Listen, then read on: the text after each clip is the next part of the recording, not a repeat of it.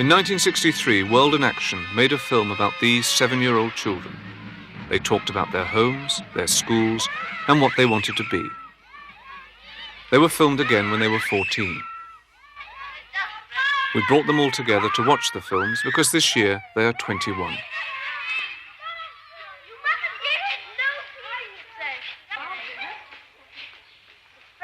What are they doing now? How have they changed? What sort of people are they?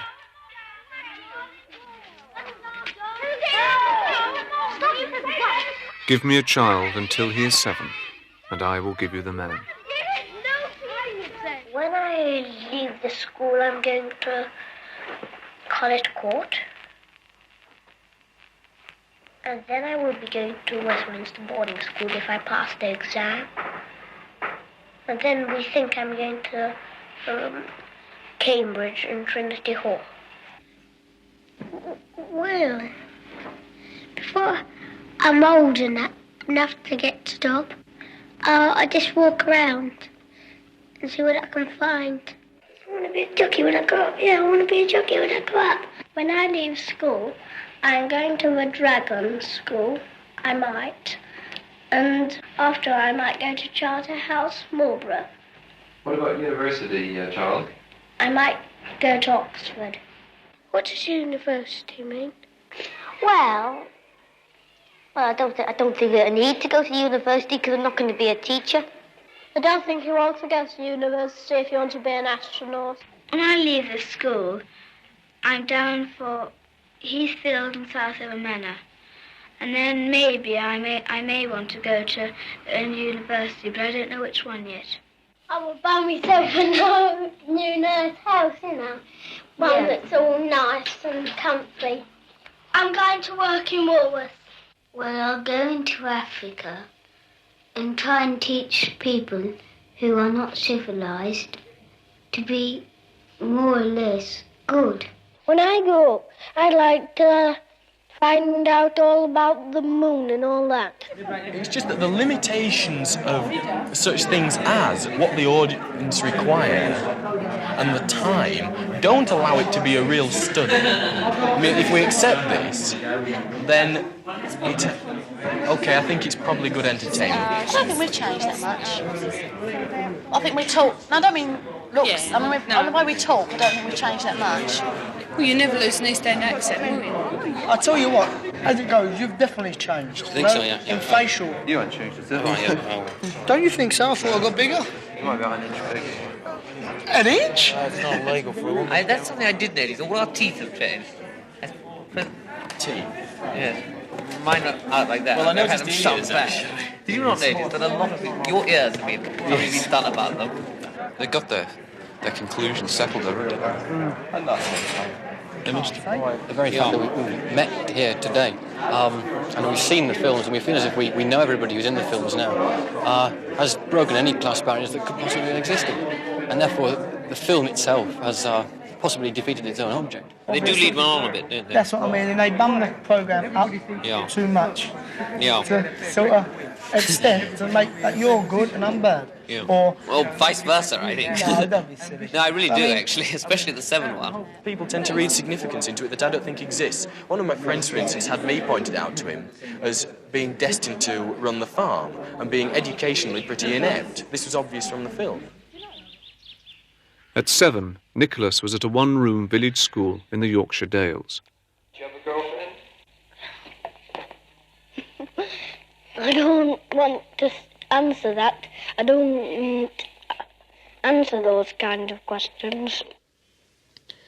I thought that one would come up because when I was doing the other one, somebody said, "What do you think about girls?" And I said, "I don't answer questions like that. Is that the reason you're asking it?" Yeah, I thought so.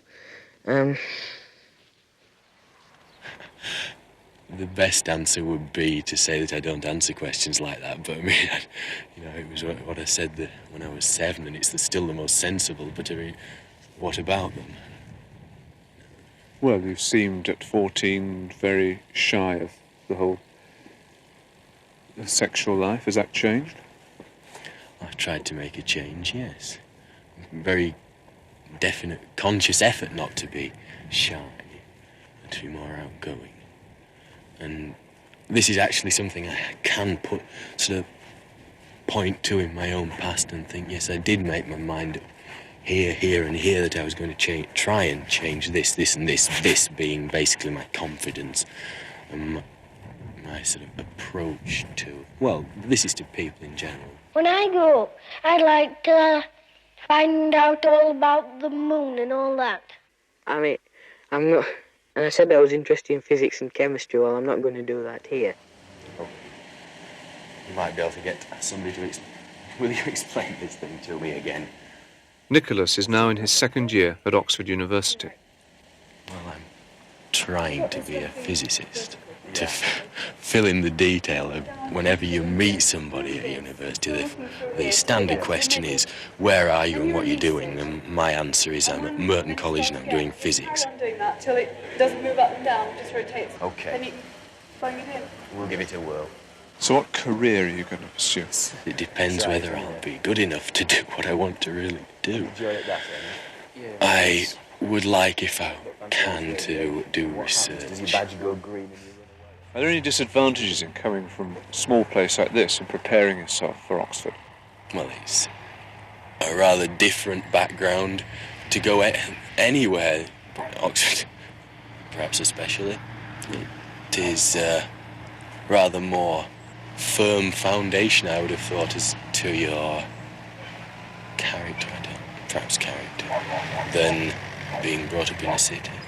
It's a fixed reference point in a sense, the sort of earthy life and death cycle that you get living on a farm.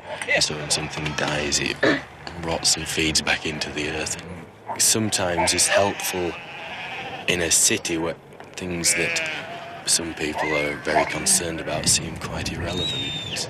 Is there any strength of your father as a farmer that you think he's transmitted to you? Well, you get a certain sort of calmness in some situations, you know, take things as they come, you become resigned to things. If the dog's chasing the animals in the wrong direction, then you just have to put up with it, you know, if it won't do as it's told. You become resigned to these things. I suppose, yes, that's one possibility. Come on, puppy. Come on.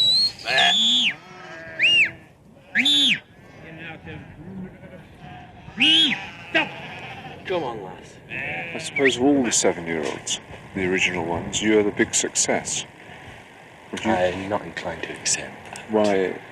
You wouldn't agree with that? Well, what have I achieved? I'm not really prepared to accept that I've done anything very special yet.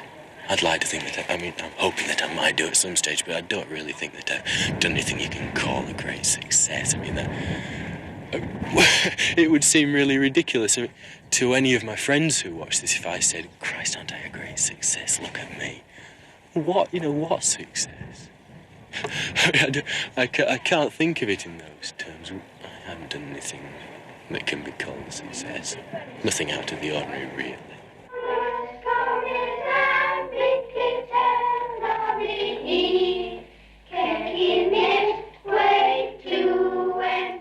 Singing Waltzing Matilda in Latin at an exclusive pre-preparatory school in London, Charles,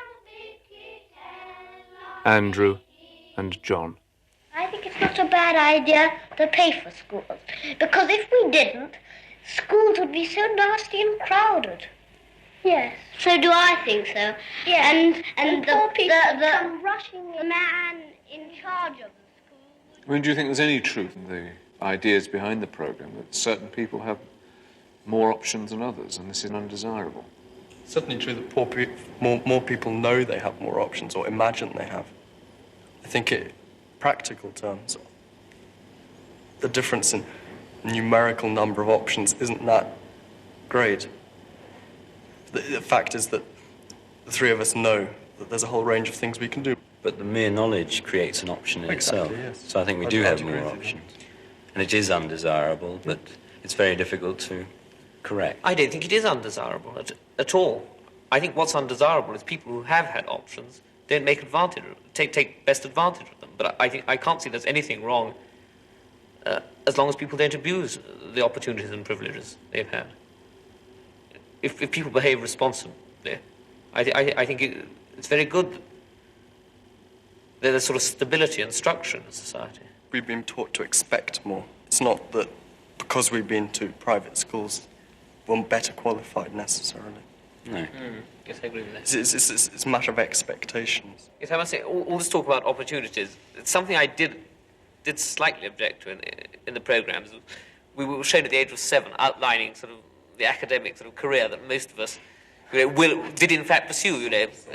Each sentence ended up, John is at Westminster, Andrew is at Charterhouse, and everything, implying that we just sailed through, merely manifesting an intention at the age of 7. We didn't show the sleepless nights, the sort of poring over our books, the sort of, all the sweat and toil that got us to university. It was presented as if it was just, part of some indestructible birthright that we went to all these places, and I thought that was unfair. It didn't show us sort of having to do beastly jobs in the holidays, to make ends meet and things. It didn't give a very real sort of impression. The 3 girls are earning. Income-wise, they're far better off than I imagine all 3 of us are. Certainly I am. And background-wise, in terms of qualifications or the means of achieving their ends, they probably have just as many options as we do. Jacqueline, what do you think about colour people? Well, they're nice, they're just the same as us, really. But one thing, that it's only because their skin's brown and we're white. Sort of pinkish we are. Some people from Africa... Jackie, Lynn and Susan. They went to primary school together in the East End of London. Lynn chose to go on to a grammar school and Jackie and Susan to a comprehensive. There is a danger, though, that you would get married at early 20s and have children quickly and then be stuck at home. Have you any thoughts on that? I don't really think about it much. No. I don't think I'd get married too early. I'd like to have a full life first and meet people before you can commit yourself to a family. What would you do if you had lots of money? About me, £2. I would buy myself a new nice house, one that's all nice and comfy. Jackie was married last year and now lives on a new estate in Essex. It's a nice estate. It's all borough. Yeah, it's not bad at all. What are they like, the neighbours? You see them a lot of them or what? Well, sort of to say hello to them more than anything. I mean, we borrow things off of them, which is just as well. That's what neighbours are for, isn't it? Yeah, right. Yeah, it's a similar colour scheme down here than upstairs, isn't it? Yeah, but this was more by luck than judgment, really. Was it like this when you come? No, it was all white. And you can imagine the state it was in. And friends had some paint handy, so Dad and Mick just sort of used the rollers, and in the day it was done. 2 coats, wallop, that was it. Susan is still single. I work for a travel company. They don't deal with the public, they deal with groups and company groups.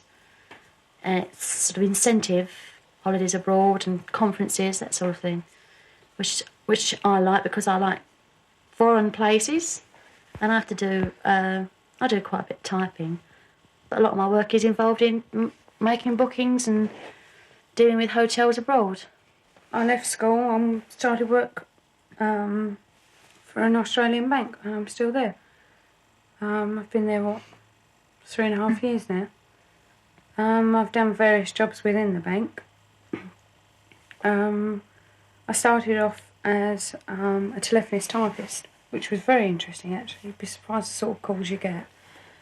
And then I went on to work the NCR machine, which is the actual machine that posts the accounts, and counter work, dealing with clients' money and things like that. I'm going to work in Woolworths. Well, I'm school mobile librarian and assistant to the young people's office, which is where we are now. And I've been here since August last year. Lynn is now married, but still lives and works in the East End. I personally visit 8 schools with the van where they've not got position to get into a local library for class visits. I love working with children. You might remember on the last one I wanted to teach, but I didn't get to that. And seeing as it is today, I'm glad I didn't. The job situation for teachers as it is. And I think it takes a lot more patience than I've actually got. I'm much more at home here. I stamped yours? Yes. Yes? I've not stamped yours. Sleeping Beauty. What's the stamp? Do you sleep like a beauty? What'd you say? Thank you. Thank you, Lorraine. I definitely make a point in reading all my new books that I get in. It's quite funny, I take loads of books home and people come and say, who are these kids' books on the table? They're mine.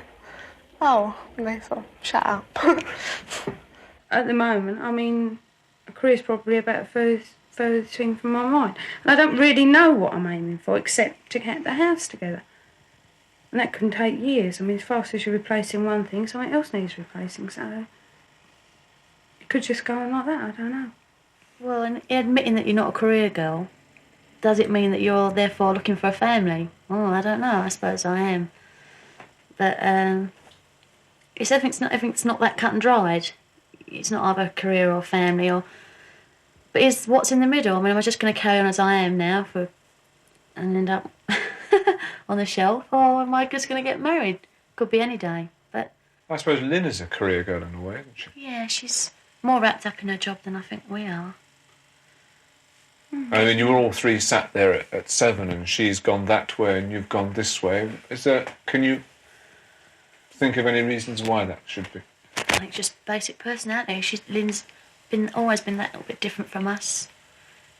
Perhaps She's always been more serious as far as studies was concerned. Yeah. I don't feel like going to a grammar school. I just, comprehensive school, it just seemed more friendly, and at the time that is, but now, really they're different. Grammar school's fantastic. You say so. When I leave the school, I'm down for Heathfield and Southampton Manor. And then maybe I may want to go to a university, but I don't know which one yet.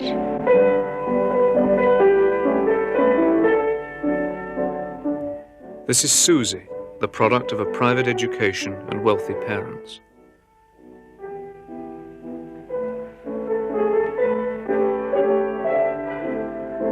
What do you think about making this programme? I just think it's just ridiculous. I don't see any point in doing it. Why not? What's the point of people sort of going into people's lives and saying, why do you like this and why don't you? I don't see any point in it. Well, I didn't want to do it when I was 14. I know I was very difficult because I was very anti doing it. I was pressurised into doing it by my parents. And I hated it. And I vowed I'd never do it now. But here I am. I like to do maybe short-hand typing or something like that. I left school when I was 16, went to Paris, went to secretarial college and got a job. What made you decide to leave school and go to Paris? I just wasn't interested in school and just wanted to get away. And why did you choose Paris? I don't know, it was my parents, really. Did you sort of feel the need to get away? And why? Well, I'd lived in London or Scotland and I knew people who were going out to Paris, and so I thought I'd go as well. Look, you're comparing yourselves to Susie, who stands at the other end of the social scale. Do you think you've had the same opportunities as her? I've had the opportunities in life that I've wanted. I say I've had more opportunities. Yeah, than right, Susie. you've made. I mean, I say I've had more opportunities than her in a different aspect to what she's had them. But my life, I've been able to do more or less what I wanted to do. I'm not going to say it on film, what I feel for her. But I think she's been so conditioned into what she should do and what she shouldn't do. yeah, but I mean, the whole thing is you're saying, do we envy anything Susie's had? No. I mean, I don't know. I don't know what Susie's had, what Susie had that I haven't had. I mean, until I know that, I can't honestly say whether I envy her. Yeah, Well, she's had money and she's been around a lot. I've got money. Maybe not enough, but I've got it. I have been to Honolulu with my father about 2 years ago for a couple of months, which I didn't really joy. There's nothing much out there. There's no people my own age out there. And I hated it, and I was glad to come home. Apart from that, I mean, I've been to France on holidays, and I'm going to Australia in the summer for about 2 months. Otherwise, I don't know where I'm going to go. I mean, I'd like to go and travel more. Why? Well, I don't think there's any point sitting in your own country. I mean, I'd like to see how people live on the other side of the world. Tell me about the Australian trip. Well, I'm going in July for about 2 months with my cousin. Her elder sister's married out there. And we're just going out to see what it's like. I mean, we're going to not work out there, so we're only going for 2 months. We just feel that if we don't go now, we never will. And we've got the opportunity and the time to go now, so we're going. How are you going to pay for it? Save up and go. Do you get depressed by money problems? No, why? Why should you? If you can manage on what to you've get got. depressed over money. It's so easy to. But why should you? Why when I bother reach about the it? 18th day of the month and my mortgage is due on the 20th and there's nowhere near enough money in there, I get depressed about it, obviously. Suddenly thinking, oh my God, what's going to happen, you know? But it gets there. Don't ask me how, but you get it. Do you think you settled down too young? No. I've married and we do things together. Or, you know, I mean, I go out on my own sometimes with friends from work. He does the same. I mean, what do you mean by settle down? I mean, if you think that getting married, as far as we're concerned, is a case of going to work, coming home, cook tea for hubby, going to bed, getting up, going to work, you're totally mistaken. Did you meet enough men before you decided who to marry? I've been married a year and a couple of months. You do think, Christ, what have I done? See, I've still got my And ideals. I'm being honest about it. And Russ thinks the same. You think, at times, you think, Christ, what have I done?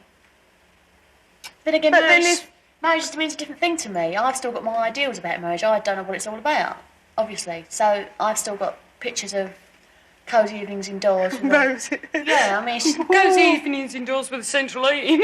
Yeah. Or lack of I've got a lot to learn about getting married. I mean, your parents split up soon after you were 14. Mm-hmm.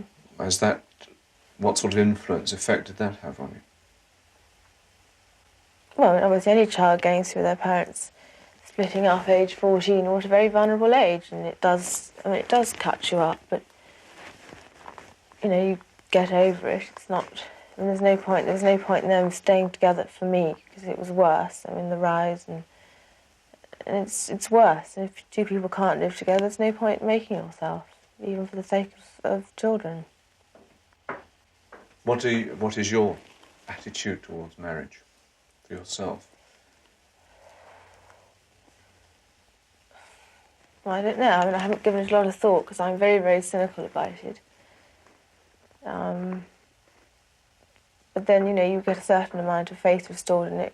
But I mean, I got friends and their parents are happily married, and so it does put faith back into you. But me, myself, I'm very cynical about it. Why? Because I think it kills whatever love is. I mean, it just seems to go wrong. What do you base that on? Well, people I've seen, people around me. I mean, obviously not a lot of my friends are married. A lot of people who are sort of 20, 30, they all seem to be getting divorced and can't stay together. And at the moment, I just don't really believe in it. Why do you think people can't hold marriages together? I don't know. I mean, I really don't know. I don't sort of sit down and think, analyse marriage. It's not something I've had to come up and think about, whether I was going to get married.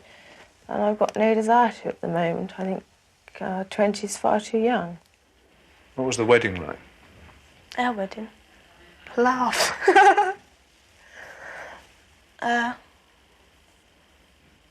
I wanted white wedding, all trimmings. And That's what I've been satisfied with. So, very little. But being as we were going into it as a full thing, we went into it. I had an all-white wedding. All white. We were both in white and my bridesmaid was in white.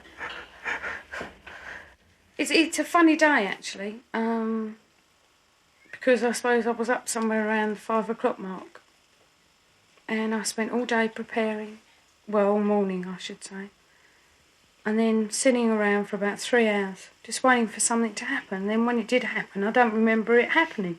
So it was just complete confusion, really. It's a nice day, though. Oh, yeah. It was funny, actually. You can imagine some of the comments.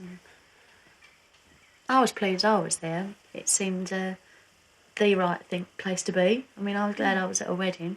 I've known her a long while, so... Did anything happen? Anything funny? I can't forget the cake. That was horrific, really, the cake. The wedding... What happened to the wedding cake? I mean, it was sitting right sort of in between Mick and myself. And suddenly the columns just completely gave way and it just all sort of fell into one. It was a nice cake, wasn't it? Yeah, it wasn't bad, actually. I read the Financial Times. I read the Observer and the Times. What do you like about it?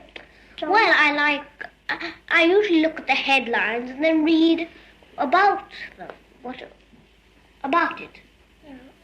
I like my newspaper because I got shares in it and I know every day what the shares are. Misers like you. No, but on Mondays they don't move up, so I don't look at it. That's one of the troubles with this sort of programme. I don't really think that sort of people like us have, unless we're being seven and being rather funny, have very much to say that's very interesting. Because, I mean, we don't know very much. Well, we didn't know very much when we were 7, but we were still quite funny. Yes. In ourselves. I agree with John. All we can do is say what we think, and if that's of interest to people, good luck to them. Yes, indeed. I can't believe it is. I'm awful, though. When I leave the school, I'm going to College Court. And then I will be going to Westminster boarding school if I pass the exam. And then we think I'm going to Cambridge and Trinity Hall. John is in his final year at Christ Church, Oxford, reading law. I do believe parents have a right to educate their children as they think fit. And I think someone who works on the assembly line in some of these car factories, earning a huge wage, could well afford to send their children to private school if they wanted to. Just because some sorts of people perhaps don't put that as high on their priorities as, having a smart car or something. I don't think that that's any reason for abolishing public schools. I think an awful lot more people could afford to send their sons to school, to fee-paying school, but they don't choose to. I mean, that's their choice. I'm going to Charterhouse, and after that, Trinity Hall, Cambridge. Andrew is in his last year at Trinity College, Cambridge, reading law. I think if people earn their money, they should have the right to spend it. And education is very important. And you can never be sure of leaving your children any worldly goods, but at least you can be sure that once you've given them a good education, that's something that no one can take away. What about university, Charles? I might go to Oxford. You're reading history at Durham University. You didn't make Oxford. What are your feelings about that? Don't mind at all. In fact, I'd say I'm pleased I didn't, because there's very much a sort of certain from Marlborough prep school, Marlborough, Oxbridge conveyor belt, get shoved out at the end. And when you go to Oxbridge, and it's obviously not true in all cases, but I think for the majority, they mix with the same people as they were with at school and so on. So what attracts you to Oxford? Well, first of all, it's such a beautiful place. There's more to it than just swatting away at one's books. I think it's very difficult not to get something out of it. There's such a sort of atmosphere of culture and sort of timelessness about the place that I think you do sort of mature an awful lot. So what is beagling? Beagling's well, it's really the hunting of the hare with a pack of hounds. It's done on foot. I mean, a lot of people seem to imagine a day's hunting with either foxhounds or beagles as sort of, unadulterated butchery. I mean, this just isn't true. I wish people had a more realistic idea of what it's about.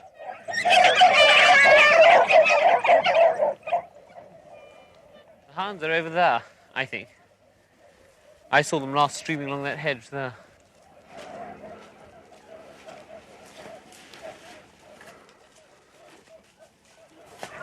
Frustrating business.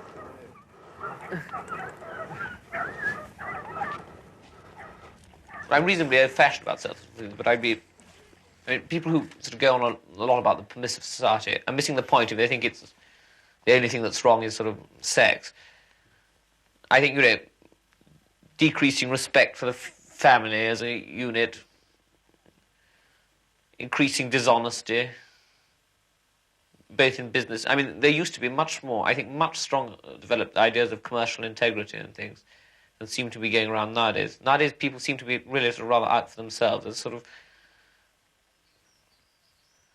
I really do think, I suppose, an invasion by the American way of life, really, which I think is a very sad thing. Is that unstoppable, that trend, do you think? I think it really is, unfortunately, yes. So where does that leave your values? Well, it leaves them with me. And with my future children, who I shall inculcate them in. But might you not find yourself isolated? That really doesn't matter. I mean, if I believe my principles are right, and that I'm doing the right thing to bring my children up by them, it won't matter to me whether I'm living in the Middle Ages mentally. I mean, I should do what's right. Well, when I was very small, my father always used to go skiing, and he took me with him.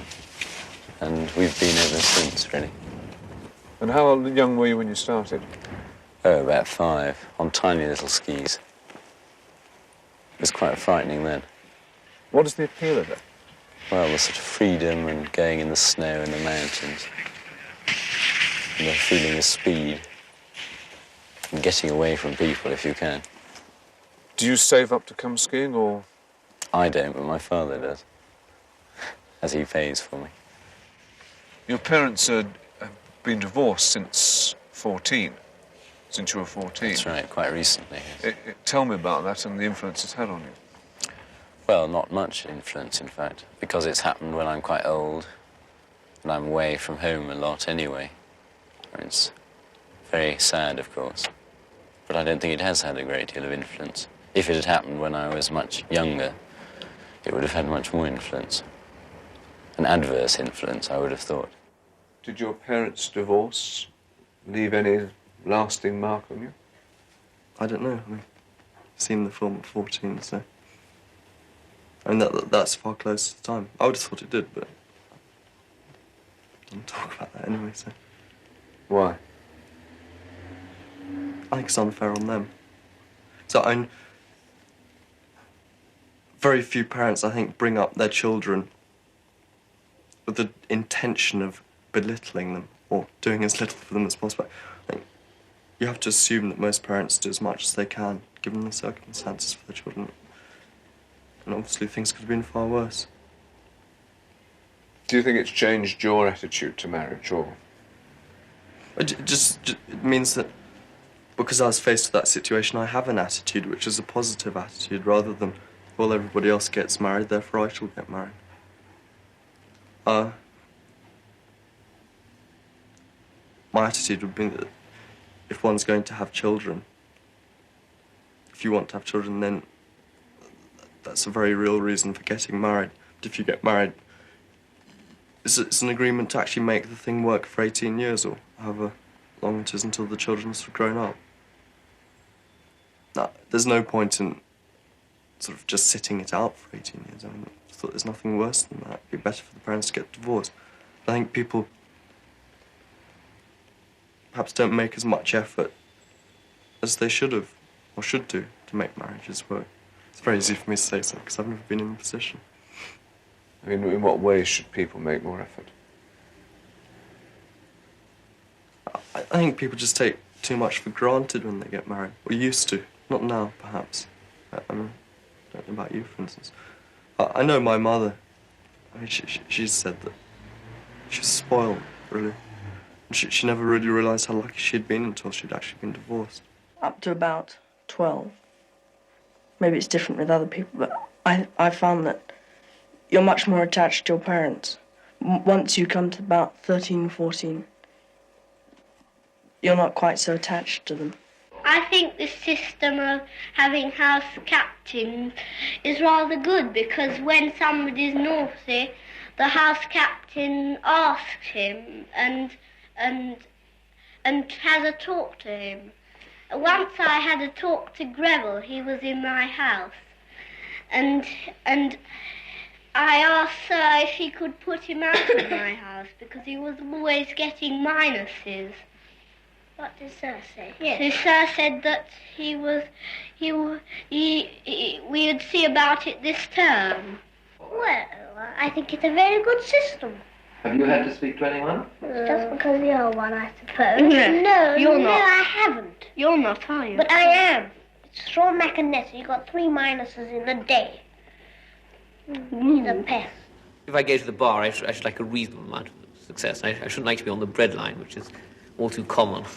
I'd like to be a solicitor, and also fairly successful. I only know what I don't want, and that's a nuclear family in a semi-detached in Brentford. Do you three see yourselves staying in England, living in England, making your careers in England? Yes. Well, the trouble is, law is not really very exportable, from my point of view, anyway. And I quite like England. Yes, I can't say I really approve very much of the sort of people who emigrate. I mean, it's too easy for people who... This is where I would agree with you about people who have had opportunities. I do think they've got a corresponding duty to sort of put back. You know, people who've had things going well for them really ought to stay and sort of help the country out when it's, you know, things aren't going very well. I don't believe in all this pulling one's money out. But that's a moral sort of point of view. I do believe people have the right to live where they like and also to move their assets around. But on a moral level, I do very strongly feel that people shouldn't quit. Is that why you don't want to leave? Yeah. And also, I can't imagine anywhere so nice as England. Probably stay in England for the reasons that John put forward. I think one has a moral duty. Sounds terrible, but yeah, if it's up to one certainly to make an attempt to put something back in whatever it is that you're doing in England, having used the various facilities that are put out for you by the state. I think the more you've had out of the country, the more privileges you're born with, the greater your duty is. We chose 2 boys from a children's home in Middlesex. Paul? Say you had a wife, say you had to eat what they cooked you, and say I don't like greens, well I don't, and say she said you have to eat what you give, so I don't like greens, say she gives me greens, and that's it. Well, as far as I know, my mother and father they separated originally, I think. They eventually got divorced. I went to the boarding school for 1 year and then we immigrated to Australia. My father got remarried. How did you get on with your stepmother? Pretty well, but like I said before, I mean, I'm not just not close, I'm not really close to my father either. Paul left the children's home when he was 8. Our other boy stayed until he was 13, Simon. Was it difficult moving from the home back to live with your mother? Are you still here after 8 years now? Yeah. Well, I find it's comfortable. See, I can get on well with my mother sometimes. Well, that's good because a lot of young children can't get on with their parents at all at this time of their life. But I get on pretty well with my mum now.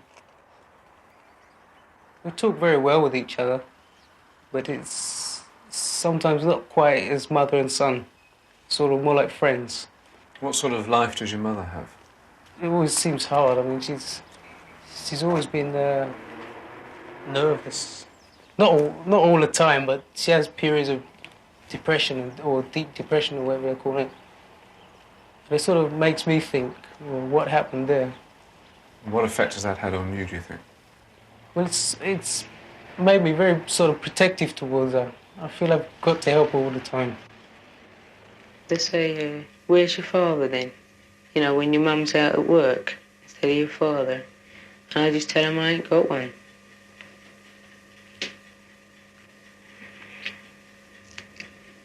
What effect has that had on you? Well, I don't think it's had any effect on me, because what you don't have, you don't miss. And 20 years ago,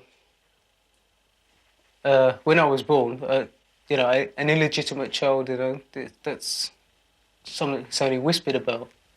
People, you know, feel strongly about it in those days, but nowadays it's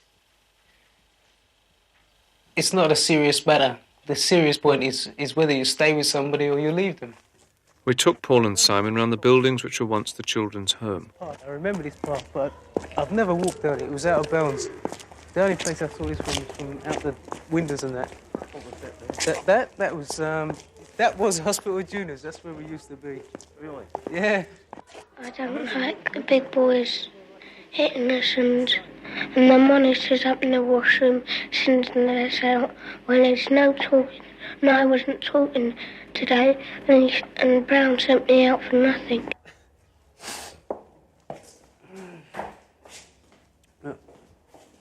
Remember the tiles? Yeah, I remember when they were cleaner.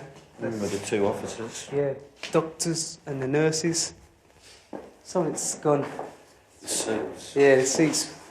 The smell's gone. Remember Midgley? Yeah. He was a real bastard. I remember one night, I forget what I actually did, but he made me clean all the shoes in the house, you know. It was about 50 pair of shoes and it took about 2 hours or something. Well, I feel like bundling when there's already a fight. Ah, do you remember Froggy Page? No. It was the tailor. I remember him. Taylor? Yeah, he was there for 37 years or something. Bent over backwards or bent over forwards or something. The golf course. Yeah. I used to think about running away over that, but I'm too scared. That's where the headmaster's son used to shoot the squirrels off the trees. Yeah. Do you remember the boy that, in the senior part, when my brother was, he was sleeping one time and he went out the second-storey window. Oh, the sleepwalker. Weaver, Robert Weaver. Yeah, we all had to pray for him. Yeah. He's the one. Everybody said he had a steel plate in his head. Yeah. How did you find Sam after you haven't seen him for 14 years? Well, I didn't recognise him at all, but I think we got along really well. I don't know what he'd say to that, but I found him very likeable. It's the sort of person if I could, I'd like to do something for them, you know, because I feel I've got, no offence to him, but I feel I've got more than him. It's just that it seems to me things have fallen into line there, you know, for me. Everything's started to come good. I've started to enjoy life. You know, I've started to think, well, you know, I'm not a no-hoper. Because I think that's what I've always thought about myself. I know I didn't have any confidence in myself, despite what I said when I was 14. I've always lacked confidence. I still do to a certain extent, but nothing like I did, say, when I was 14. The job I'm in, bricklaying, I enjoy it, and it interests me. And I'm very content at work. In June last year, I was made a junior partner. That was through circumstances, but I look at it this way, I'm not great at bricklaying, right, but if I wasn't good enough and my boss didn't think I was good enough, he would have never have made me a junior partner. As for the job, you know, you build a house and you turn around and look at it and you say, oh, well, I did that. It's better than sort of having a whole row of figures. It's substance, you know, there's something there. Simon works in the freezer room of a meat company near his home in Middlesex. My job's running away from me. You do jobs which I suppose are fairly routine and dull. What keeps you going during them? Oh, it's definitely the people there. You work up a kind of team spirit there, you know, I mean, you can think about all the work you've got to do in the morning, and you just don't want to go. But once you get there, it's all generally, I was going to say messing around, but I won't say that. Managers might see it. Sort of joking about. They make you feel you want to get the work done. Go out and get some. Just ask for them. I mean, we always say, when we come out of the chiller, we don't want to go back in. But when we get back in, we get on with it, you know. So are you a good timekeeper? Depends. Usually I try to get to work early, but I have periods of, I just think, you know, sod it. If I get there, I'll get there. But I think the hardest thing is to get up in the morning. I mean, for me, it takes a great deal out of me. I mean, And you never feel you should be doing better jobs than these? Aren't you worth more than this? No, I haven't really. I suppose I just like hard work. I don't know. But it's never really sort of worried me. I suppose it should, but it just hasn't. And how do you see the future as far as work goes? Well, I know I can't stay at Wolves forever. I mean, it's just not me. I couldn't stay there for that long. My mind would go dead. But I think if I really wanted to, I could learn a trade, even now. You know, if I really felt that I ought to get out and do something different, I could learn a trade if I wanted to. And what would you like to be doing, say, in 7 years?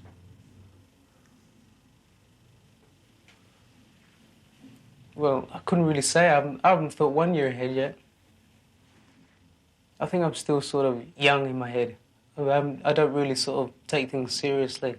All I want out of life is to be happy, and when I say happy, I want to be happily married as well. Because I can't say I don't want to get married, because I think I do.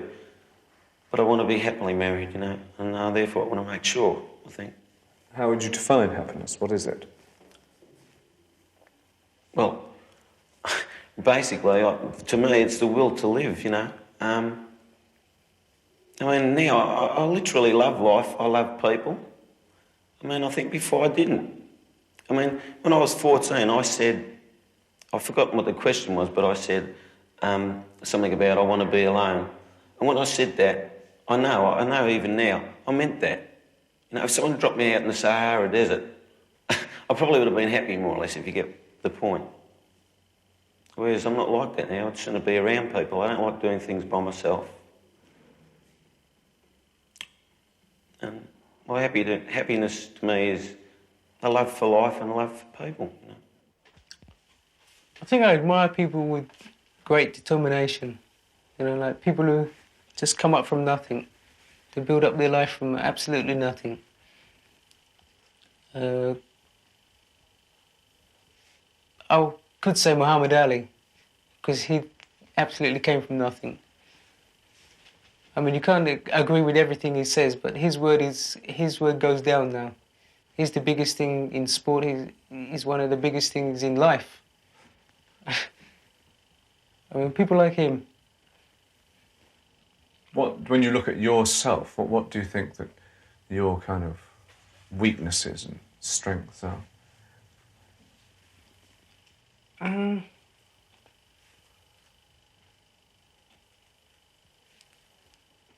I think my main weakness is I don't really take a grip of life. I don't really look... I always look deeply into it, but it's just... It seems to be just a sort of hobby with me. I look at everything and I criticise it and I work everything out, but after that, I just sort of leave it. I find it hard to express emotion most of the time. Although I'm getting on top of that more now, you know. I mean, just a simple thing to say to sort of Susan, you know, I love you, something like that. I mean, I can tell you about it, but I really haven't been able to say it freely to sue, you know. I suppose that's a weakness, you know. Do you have a dream? A dream? Not so much a dream, but I know if I ever wanted to get on, I could do it. I mean, I always feel that I've got something inside me that would make me move. But I think what it is really, I'm just waiting for an excuse to use it. You know, at the moment, I feel okay just getting on with life, just sort of keeping up. But I know if I really wanted to, I could get on. It only take a little spark in me to do it. Is it important to fight? Yes.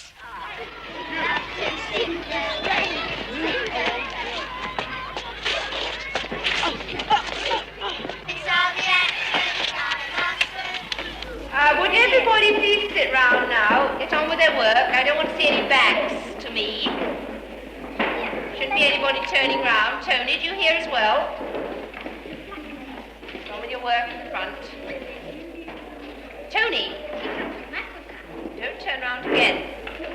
I want to be a jockey when I grow up. Yeah, I want to be a jockey when I grow up.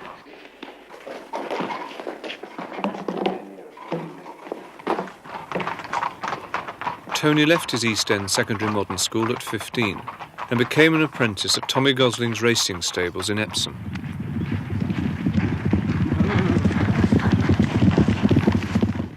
This is a photo finish when I rode at Newbury. I'm the one with the white cap. I was beating a length and a half, a third, and I had a photo finish. So I took it out of the box and kept it as a souvenir. Have you got any other pictures of you as a jockey? Yeah, I've got a lot of them. Show me that one when I was that one when I was at Windsor. That was my last ride on the old horse, Chateau d'If, that was. He was a lovely old horse. I'll never forget him. How many rides did you have? Only 3. Why was that? Well, obviously, if I was good enough, I would have had more. That was the first day I've ever put myself in silks. That was my first ride ever. What did it feel like? It felt like there's no words that can explain how you feel. That one was when I was going to the parade ring. They're not very good. My brother, I mean, he's not no good at taking photos. He's no Luke Snowden. But describe the feeling, go on. Describe, well, I mean, Frankie Durr, right, he was told to look after me, so I went in there, I said, I don't know, my first ride. And he said, all right, don't worry, like, your governor has told me to look after you. And so I was changing in my silks and I felt good, you know, I could see all the faces, like I think, when I look on the paper, I think sort of Jeff Lewis, Frankie Durr, and I thought myself, all of a sudden I'm in the same room getting changed. Then I walked in the parade ring and all my family's there and they were going, go on, Tony, like, and the governor came over and he said, you've got to do this to the horse, you hold him back, you go half pace, keep your hands down, keep him in the rails. And I'm going, yeah, like nod. Then all of a sudden, when he said, jockeys, please man, and the bell went ding ding, and my heart just sunk because I thought myself, here I was yesterday, sort of nobody, here I am today, I'm king, like, I felt king for one day, or for 10 minutes. Do you regret not making it? Well, I would have given my right arm at the time to become a jockey, but now, well, I wasn't good enough. It's easy as that. What will you do if you don't make it as a jockey? I don't know. If I knew I couldn't be one, I'd get out of the game. Wouldn't bother. Well, what do you think you would do then? Learn on taxis. Taxi driver.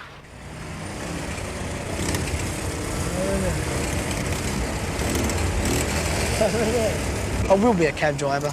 Well, how can I fail? I've got one brother, taxi driver, pulling me, and the other brother pushing me, so I've got to make it. I will be a cab driver, and I know I will. And I'm going to prove every person who think I can't be a cab driver wrong. And I'm going to get that badge and I'm going to put it right in their face, just to tell them how wrong they can be, and how underestimated I am. Doing the taxi knowledge means Tony going out on his motorbike every day and learning the hundreds of routes around the streets of London. But I can sort of just get up, go on my bike, do 2 runs, come home, call them over, then boom, I'm done my day's work, and then I go out here and I earn my money. Hackney Wick, it's my sort of living. I can say, until the time I'm a cab driver. But I mean, my freedom's here, and that is the main thing what I want. Tony spends his spare time at Hackney Wick Greyhound Stadium placing bets for the punters. 55 to 20, Boris. £55 to 20, Boris.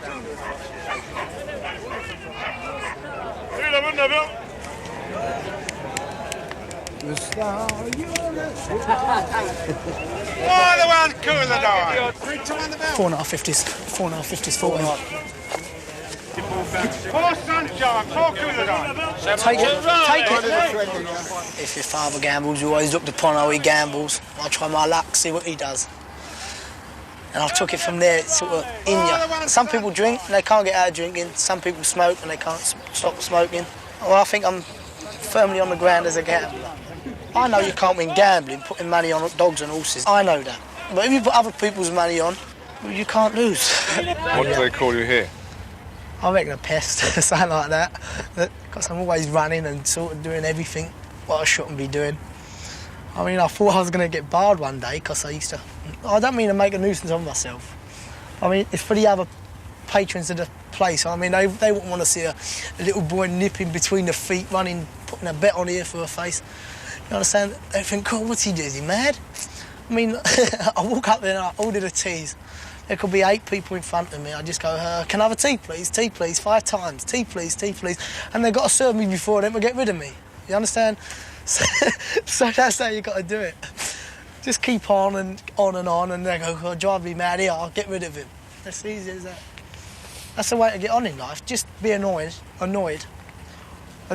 the time to a person, and they go, oh, just drive me mad, get them away from me. And they do more or less, they give you the first option. So I'll fire them out. You're very short. Has that had much trouble? Well, when a bird said to me the other day, she said, ain't you small? So I said, but you're ugly, at least I can grow. And I said, what can they say to that? They can't say nothing, can they?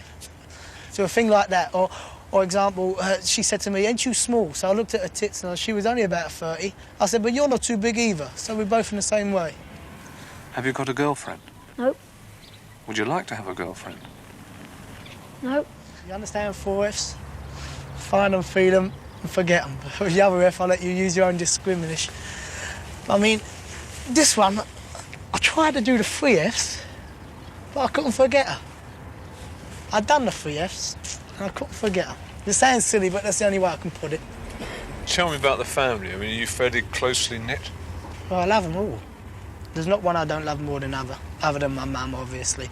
But your mum is the root of the sort of tree. You love your mum best. So what do you like about living in the East End? It's very sort of real. There's nothing false. Only the police. I'm firmly placed, and there's no way I can see getting out. I wouldn't want to get out, really.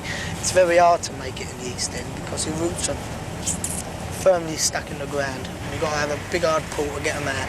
So are there many villains in the East End? There has been in the time, I suppose. Like, obviously, the originals were the Quay twins. We're in Valence Road now. As it goes, they used to live here in a house they used to call Full Balance, because it was that hard to get in there, I expect. Do you have much to do with villains? I can't say I have much to do. I wouldn't say I'm a villain myself. I don't go thieving or I don't do anybody any harm, fighting-wise. I'm trying to say that wherever you go, there's villains, and whether you mix with them or not, I mean, it's up to you. Does it worry you, the possibility of becoming one of them? How can I become a villain? If it's not in there, if it's not born in you, you won't become one. Don't you think you're going to regret not having education? Where does that come into it? It doesn't come into it in my mind. Education is just a thing to say my son is higher than him or my son had a better background than him.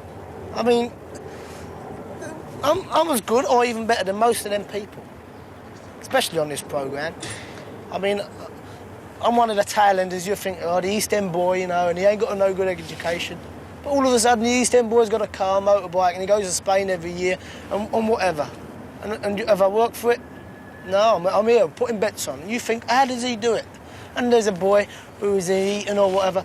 He's studying to be a professor. He's making up the things.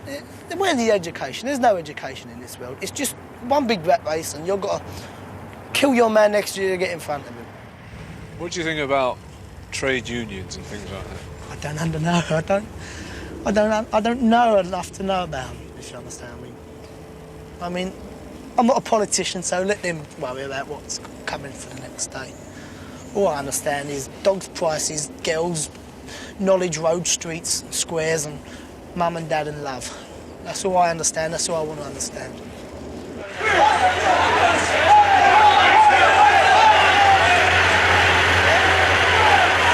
Yeah? Go on, Free, chase it. Go on, boy. Go on, Free, inside. On the out, Free. It's checking everywhere, Belle. Well, I'll go into Africa and try and teach people who are not civilised to be more or less good. No, I don't want to be a missionary because I just can't talk about it to people. You know, I'm interested in it myself, but I wouldn't be very good at it at all. And I wouldn't enjoy it. Well, why wouldn't you be good at it? Well, I'm just not very good at, anyway, standing up in front of people and making a speech or anything like that, but I'd like to keep it private, you know. Well, is it possible you might ever think of going to the church? It is possible. I've never said no, definitely.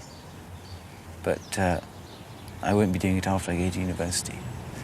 I mean, it's just possible in 10 years' time, I suppose, but... What would draw you to the church? I don't know. It wouldn't be dissatisfaction with whatever I'm doing at the moment. In a way, if whatever I was doing very successfully, then that would be a better reason for going into the church, really. Or at least if I did go into the church, it meant I was giving up something. But I think the wrong reasons are if you are dissatisfied with what you're doing, in the general sense of doing a job badly or a failure in some sort of way. Bruce is in his final year at University College, Oxford, reading mathematics. Class coefficient, and by Eisenstein, you can show that this is irreducible. Then you do a transformation on this polynomial x equal to t plus 2, which you find is t cubed plus 7t squared plus 14t plus 7. And you observe that 7, which is a prime, divides the coefficients of t squared, t, and the constant, not t cubed. And 7 squared doesn't divide the constant term. So by Eisenstein, this is irreducible. So therefore 2 cos 2 pi by 7 is of degree 3, and that length isn't constructible from the corollary of our original theorem. So therefore the septuagint is not constructible. Good, that's a nice way of doing it, particularly using Eisenstein down here. His test is very powerful. Yes. He's an interesting mathematician. What sort of job are you going to try for? Well, there was one job which I'd quite like to make maps, really. I mean, it's a nice sort of outdoor life, and you you travel around, and but there are very few jobs like that going. I'm sort of qualified, a general maths or science degree would do, or geography degree. But I think I've probably missed it this time round. And but that's only, perhaps I won't like making maps. It's something that I think I would do.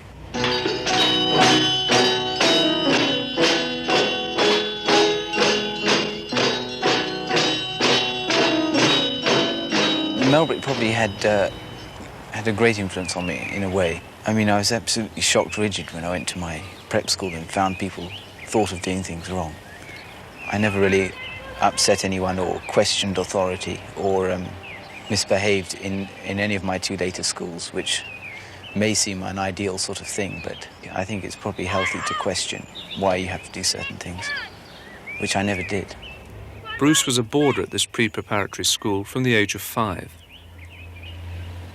Squad left foot inward, play! Squad breathing! Well, it is mainly this lack of responsibility for doing jobs given to me. People will say, why haven't you done this? Look, you've upset us. I was secretary of Bridge Society, Chess Society, Cricket Society, Scottish Dancing Society, and I didn't do anything for any of them, and they were all very angry. And I spent last summer term in total seclusion. I saw maybe half a dozen people all term in my room, darting across quads. People would say, I saw Baldwin today, and they'd say, no, really? It was awful, really. My heart's desire is to see my daddy, who's 6,000 miles away. You know, I've been getting on well with my stepfather. And I like to see my father occasionally. And he does come over from Rhodesia. What effect has the fact, that you've seen very little of your father had on you? Nothing really. It's something I regret that I didn't really get to know him better at all. We've written, we're both very bad writers, I probably worse than him. And that's something I regret, is not having just a regular correspondence. Because I think he's an interesting man, actually. And he probably regrets it as well. Well, what do you think about your own upbringing? I mean, what have been the strongest influences on that? Probably to not let down my mother, really, because she's worked awfully hard to get me through school. And I haven't let her down yet. Then, as far as not having my mother's divorce, I don't think that really has the effect that people imagine it to have. I mean, I always have got on well with my stepfather and with my half-sister. So, in that sense, I've had a family life. I'd help people if I had a chance.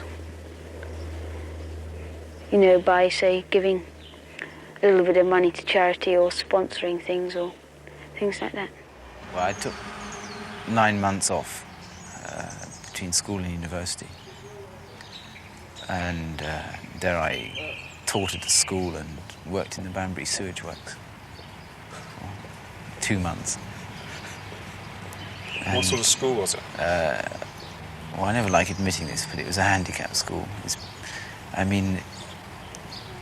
It seems to present me as wanting to do these things. I suppose in a way I do, and I do get some satisfaction from doing it, but I could so easily have done something else. It was just almost an accident that I ended up at the spastic school. And I'm glad I did it because I enjoyed it, not for its, I suppose, slightly charitable nature of the work, but the people I met, work, was quite good. Why are you frightened of presenting this image of yourself?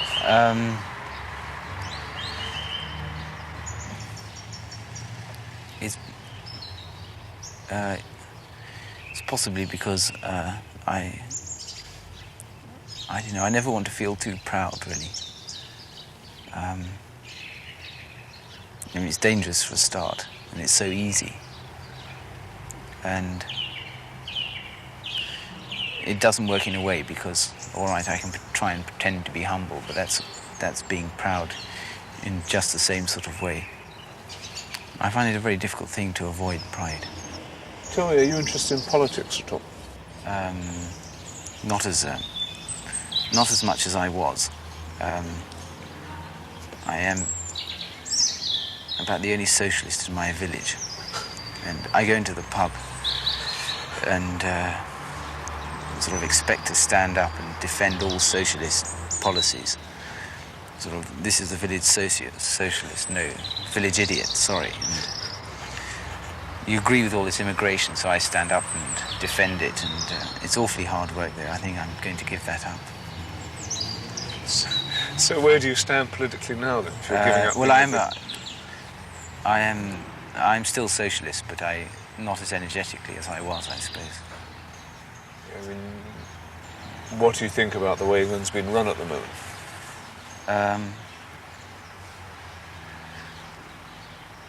Well, I'm glad the socialists are in power, because this elusive thing called freedom is sort of rearing its head, and the Conservatives are pushing it forward. And this argument, I thought this argument was smashed at the early years of this century, but it seems to be coming back, and it really is exceptionally dangerous, because the more you try and defend freedom, you allow everybody to do exactly what they like within limits, then the less you have. I mean, there's no freedom in being living in a slum. There's no. I mean, it's all right, you can say the chap can do whatever he wants, he can get a better job or anything, but that's just not the case. The more you defend freedom, the less you have it. Well, my girlfriend is in Africa, and I don't think I'll have another chance of seeing her again. You got any girlfriend? No, not yet. I'm sure it will come, but not yet. What is your attitude to sex? Well, it's not quite the normal attitude to anti-sex. It's more, I mean, I, as it were, burnt my fingers a little, and I don't feel as though I'm missing anything now. I don't feel the need for it, and I'm quite happy at not feeling the need for it, really. I mean, I do think a lot of people think too much about it. What happened when you burnt your fingers?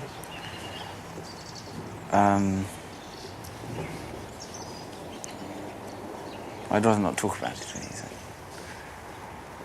Well, no, but I don't really mean that. I mean, I don't mean that I don't want to talk about it. Just, I need quite a long time to think about it, really. Why?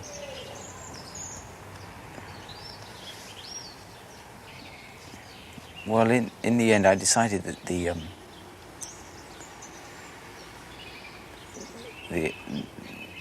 effect, the pleasure, or just didn't seem worth it, really. Didn't seem worth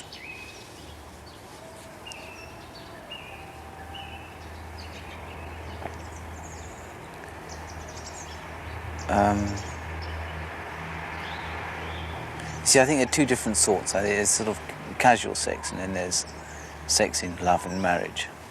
And casual sex is not, I don't think it's quite as widespread as people believed, because if both the people treat it as casual sex, then I think it's all right. But if you're sort of looking for, I don't know, this may seem awfully silly, but if you're looking for casual sex, but you don't want to treat it as such, then it doesn't seem to be worth the lies, I don't know, the sort of effort. Is this what happened yes. to you? I suppose in a way, yes. Have you been in love? No. And I think I'll probably have to wait for that, really. International wrestling. Yeah, that's all. It's summertime, though. Yeah, it's only when we can go on the grass.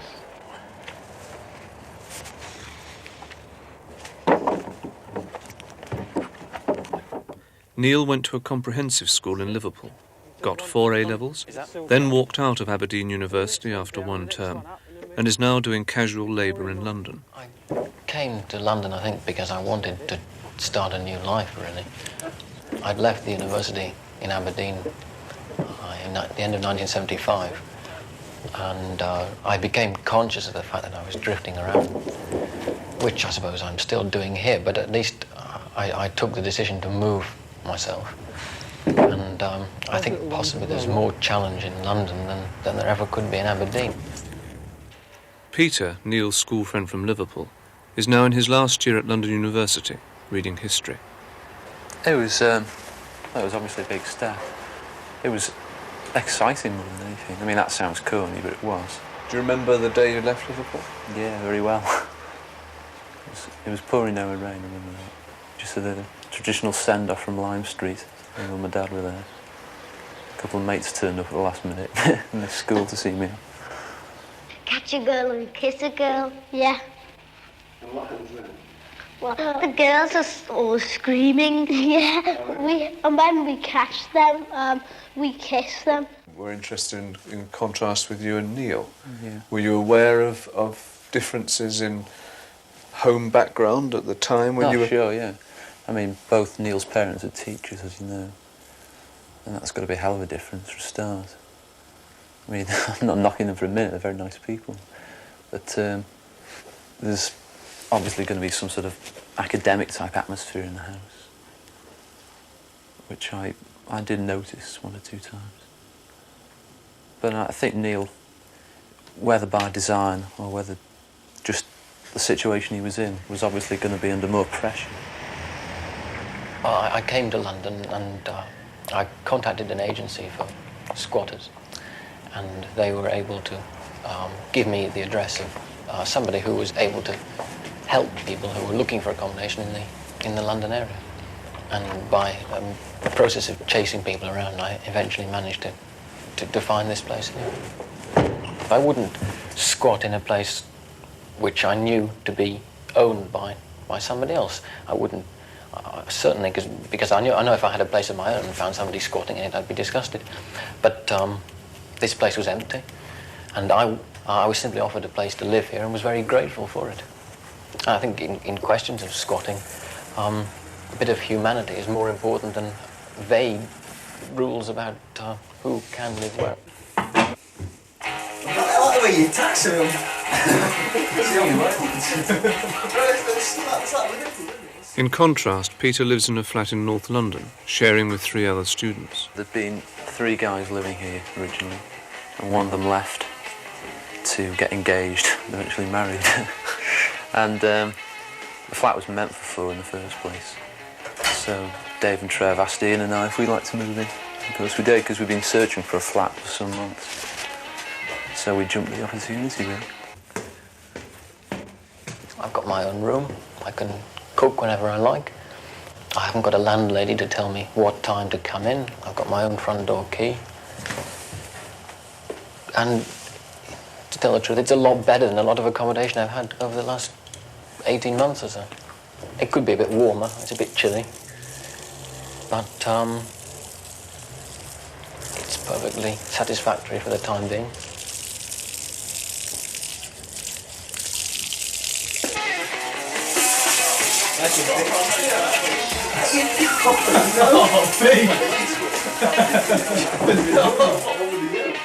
Because of obvious restrictions, you know. Like you've got to cook for yourself, you've got to think for yourself a lot more.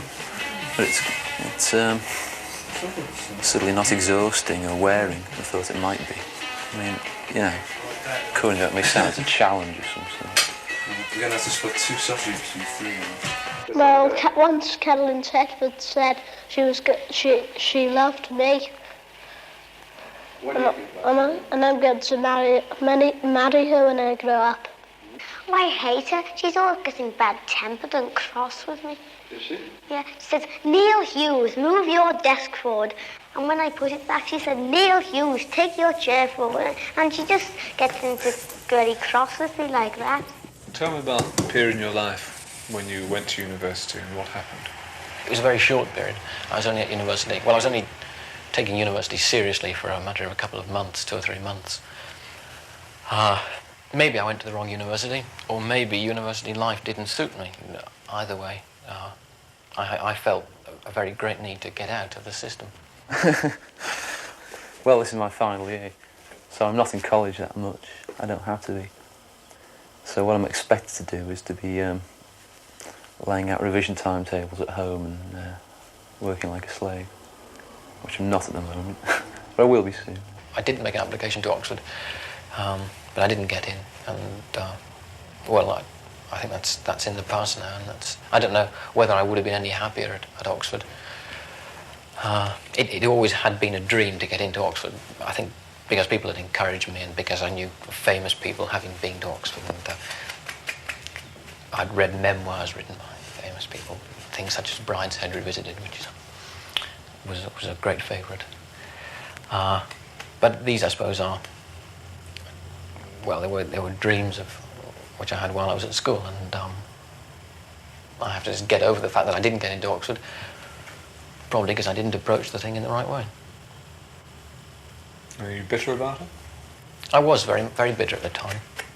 Maybe I still am, but I tried to get over it. I think once I can get myself going, I can work solid, yeah.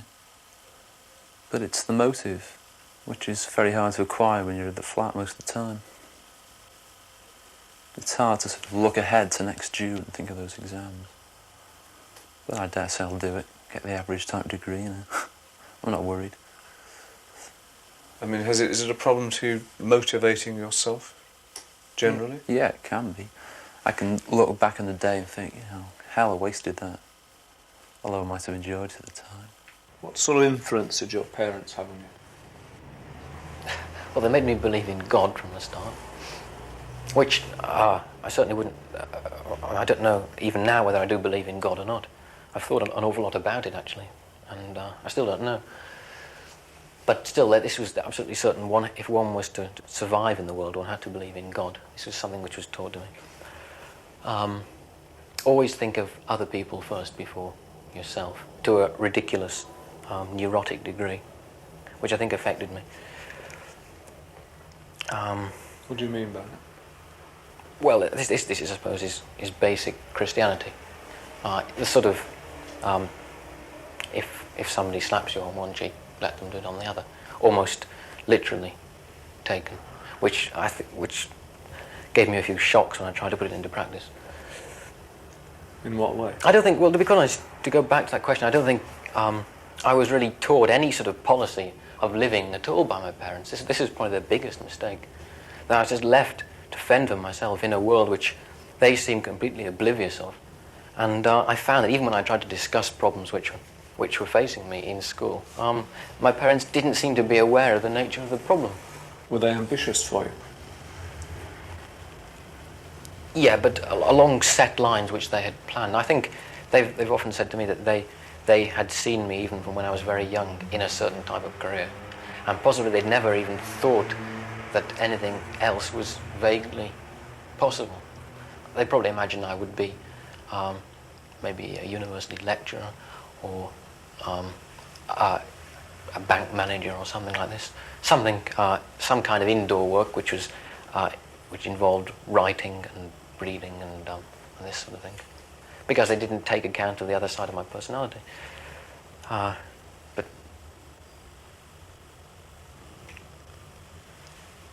and what sort I don't know I wonder how many parents really think of their children as individual human beings. What are your feelings about them now, your parents? I'm glad they're there, because if I ever become homeless again, I will be able to go back and live with them. They wouldn't object to this. I'm capable of getting on with my parents perfectly well if they are willing to let me live as another adult in their house and appreciate that I'm living my own way of life and that I am living there because I can't think of anything else to do with myself. I mean, what do they think of what you're doing now?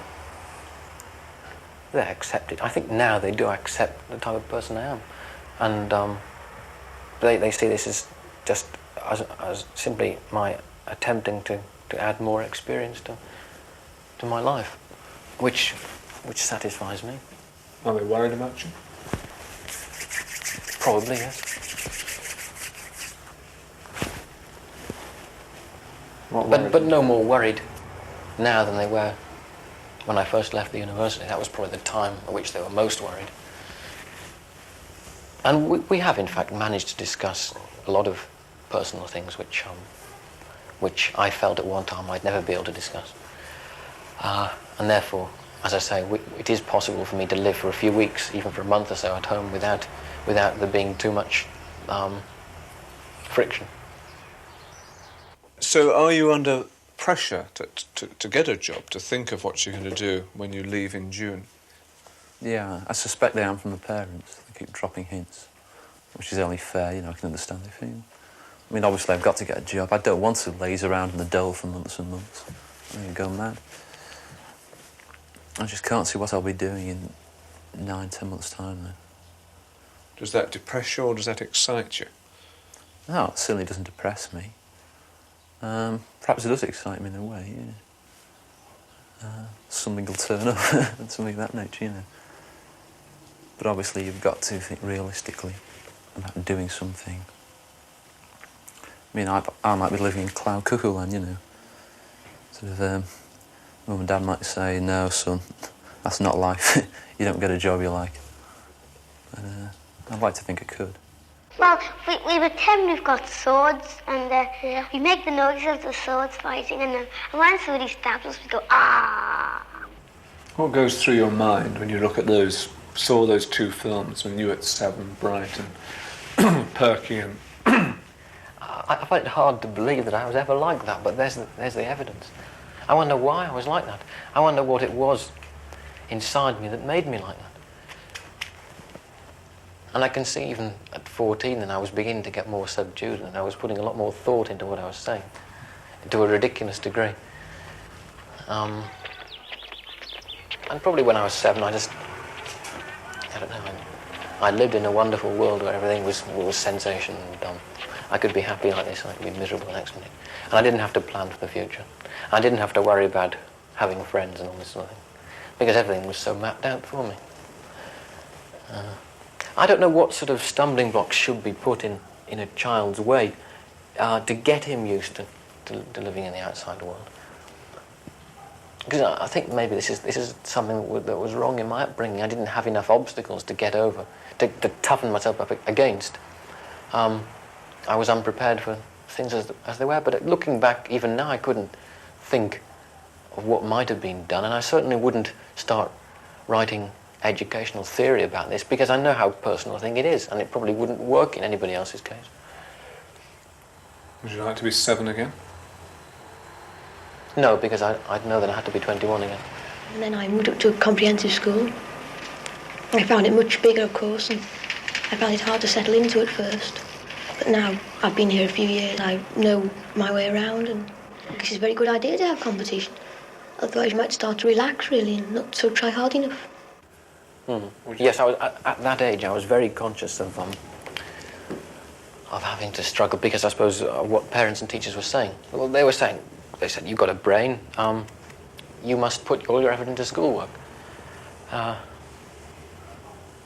what else could they have said? I would have probably been just as angry, looking back, if they'd never encouraged my intellectual efforts at all. When I get married, I don't want to have any children, because they are always doing naughty things and making the whole house untidy. Do you have any great ambition, any dream?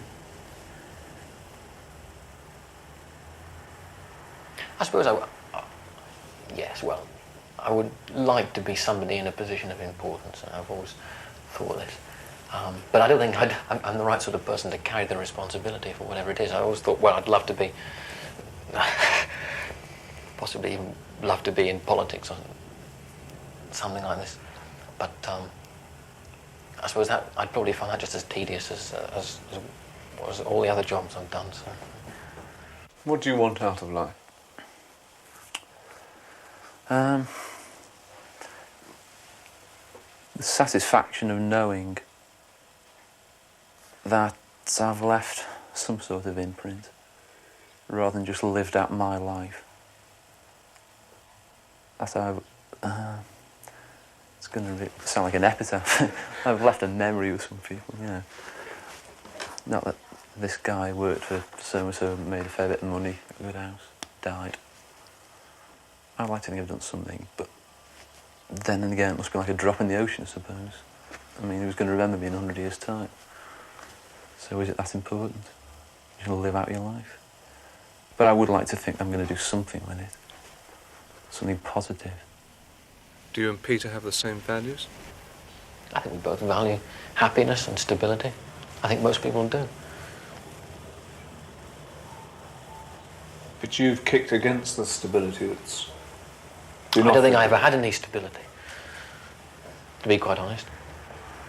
I can't think of any time in my life when I ever did. I don't think I've been kicking against anything. I think I've been kicking in mid-air the whole of my life.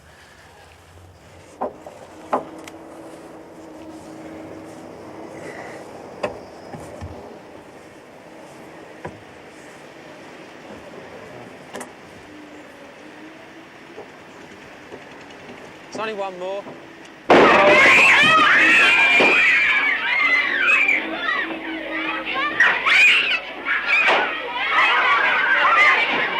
What do they think about each other? And how would they act together? To find out, we invited them all to one big party and joined in.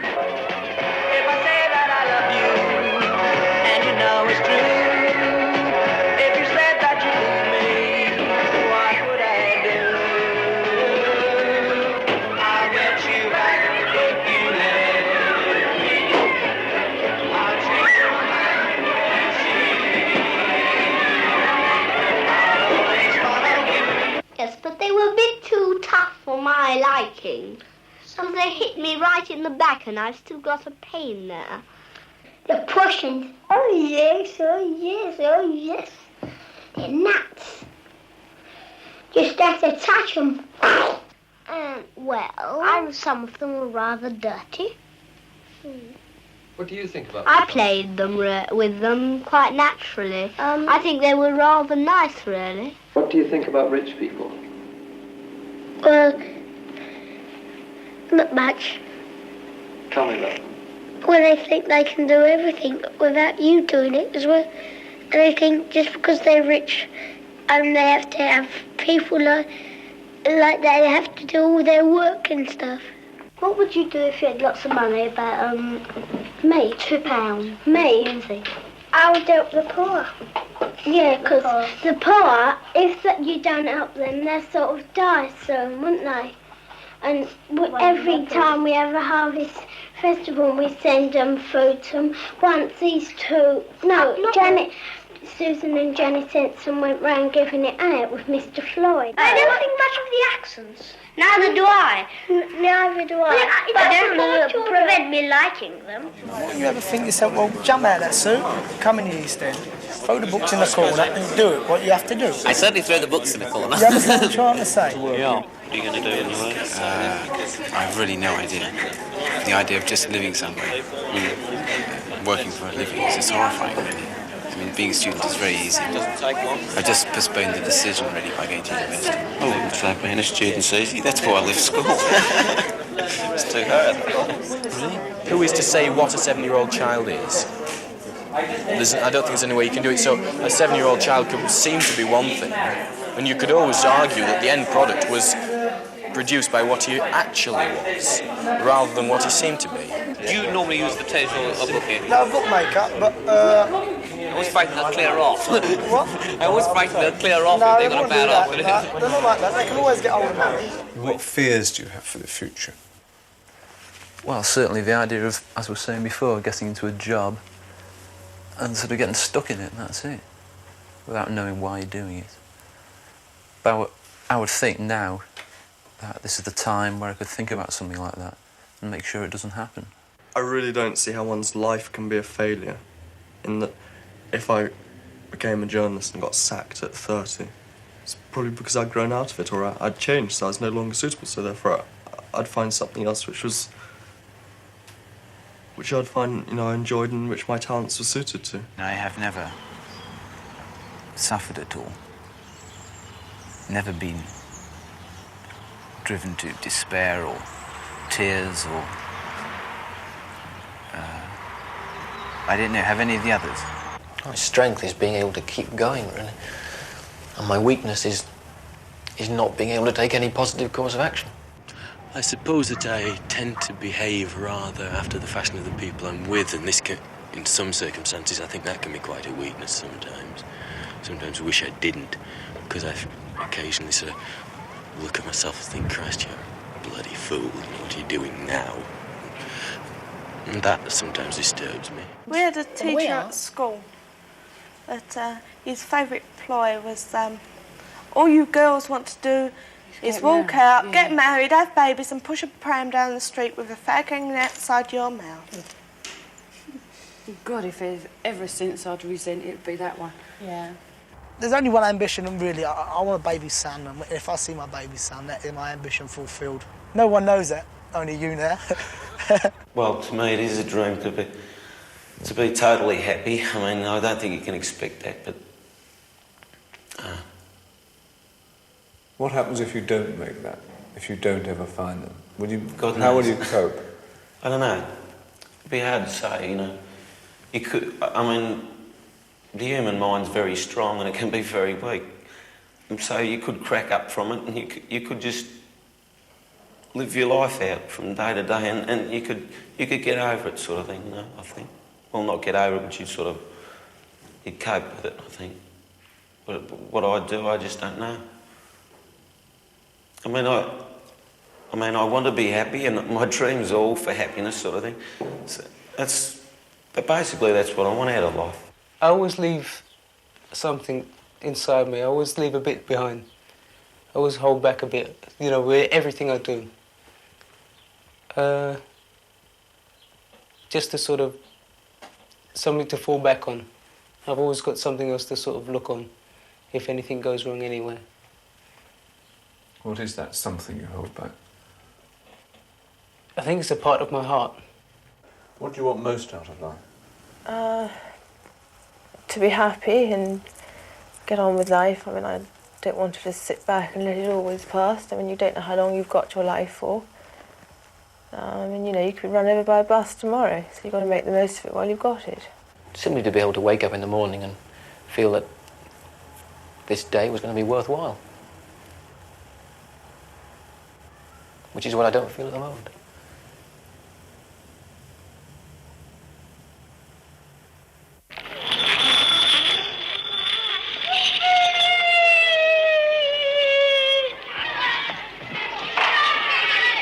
At the end of their very special day in London, after their trip to the zoo and the party, we took our children to an adventure playground where they could do just what they liked. Those from the children's home set about building a house. The houses in Australia, the average sort of living there, it would do me fine. I mean, it's terrific. I often say I'm saving to settle down with Yvonne. And then I think to myself, I might buy a car instead.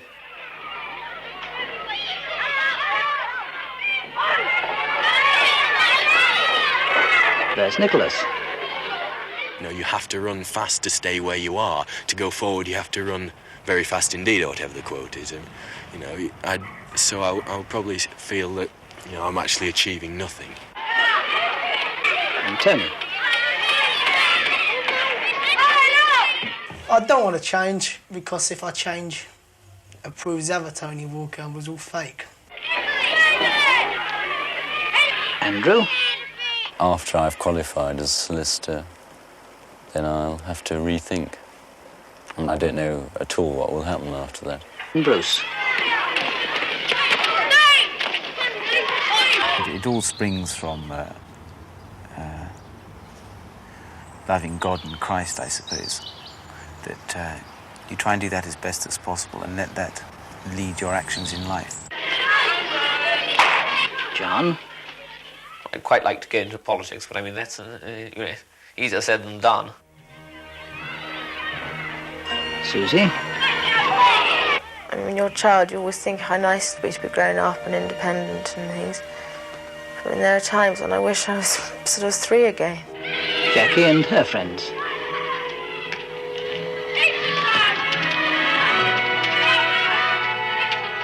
Give me a child until he is 7, and I will give you the man.